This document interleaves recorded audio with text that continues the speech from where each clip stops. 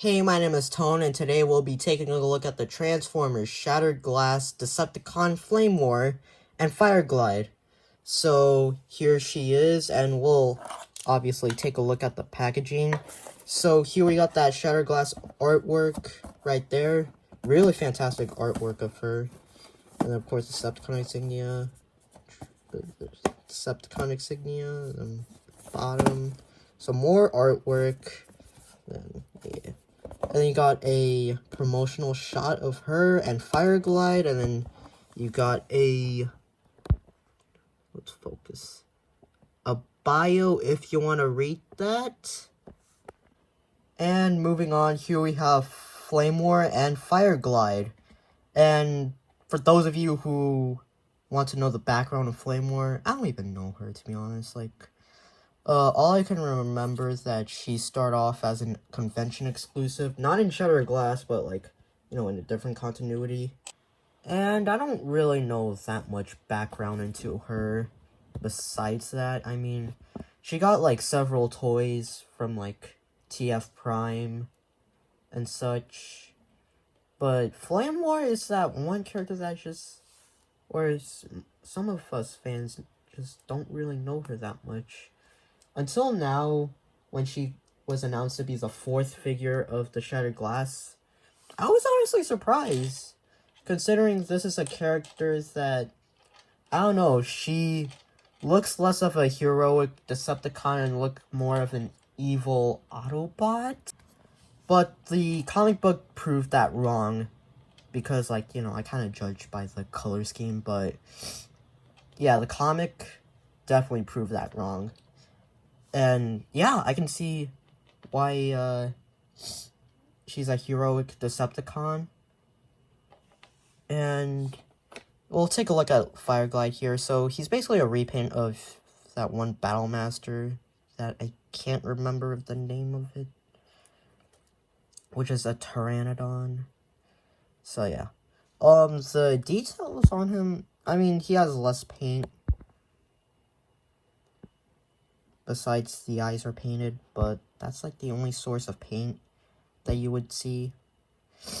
So yeah, can't really complain about that. Of course, you can transform him into an axe, and yeah. Other accessories, however, she has those blades from the Legacy Arcee. And oh yeah, if you couldn't tell, she's a repaint of the Legacy Arcee, which can combine into the Shuriken type. Yeah, if you want to. And lastly, this is for Fireglide. You got a blast effect for him. And if you wanted to, you can find it wrong. I think I might have.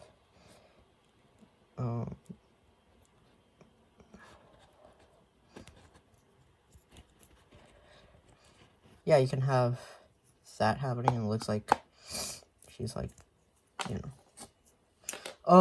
here we have Flame War, and this bike mode already looks better than the RC figure, because this color scheme works really well for I guess you can say this is some type of OC of IDW Shattered Glass. You could say that if you really want to consider it. But this color scheme works really well, and this feels more premium than the other version. Of course, you still got that kickstand, which, if you wanted to, you could, have it without it, but I would prefer having that. Still has that same features where you can just store the blades. So, yeah, you got options for that. So now we're comparing the two, and the big major difference is that, the colors. Yeah. But I prefer the colors on this figure more than this figure, and that flame detail on the motorcycle probably makes this figure more appealing compared to this one, which kind of feels bland.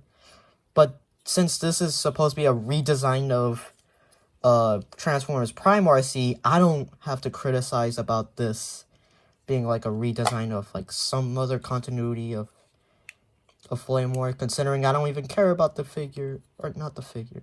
I don't even care about the character, and I don't even know much, so yeah. And here we have her in robot mode, and I gotta say, this is a really, really, really nice robot mode, for many reasons. You know, it's the colors, it's the, aesthetics, like, considering that this is convincing me that this is Flamewar and not Arcee from the Prime universe. And yeah, I can say that. I really like how there's like the fire paint in her chest, and I think this head sculpt definitely fits Flamewar than Arcee, and I really, really like the purple translucent plastic that they used on this figure in general, more than the standard blue plastic that they were using. The joints, I think they feel a bit better than compared to Arcee did, in my opinion. And yeah, this hook, which is not a, what do you call it, factory defect, but it doesn't really clip in, but it's okay. It's not that bad. And yeah, she feels more premium in the paint job, for sure.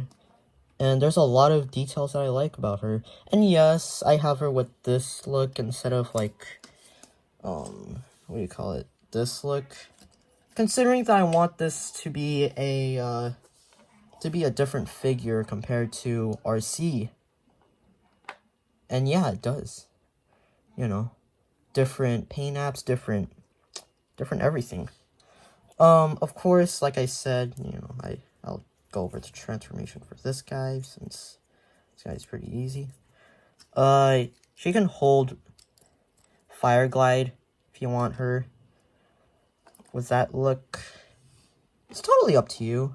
Or if you really want to, you can have a bow and arrow look, which I'll probably do that like later, like at the end of the review. So yeah. Oh yeah, of course, you have the same ability and all that, you know. Like I said, articulation, she feels better. And yeah, in my personal opinion, I think this figure wears the mold better. Here she is next to Arcee.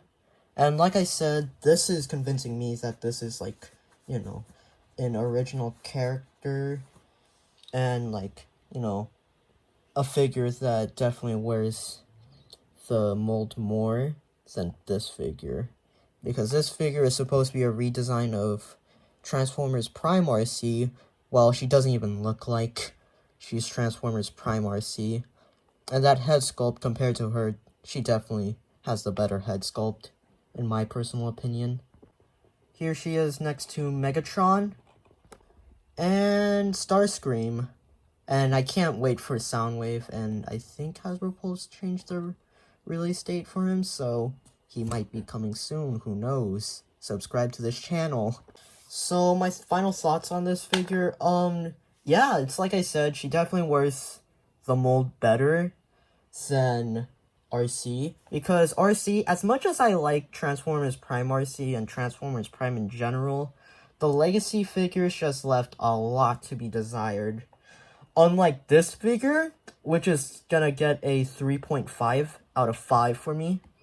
And yeah, for characters that I don't even know about, I'd say I would rather recommend this figure than Arcee. Like, sure, you may be paying like a few more dollars than Arcee, but with the comic book and the premium finish and, you know, the aesthetics, yeah, I can see you to buy this figure.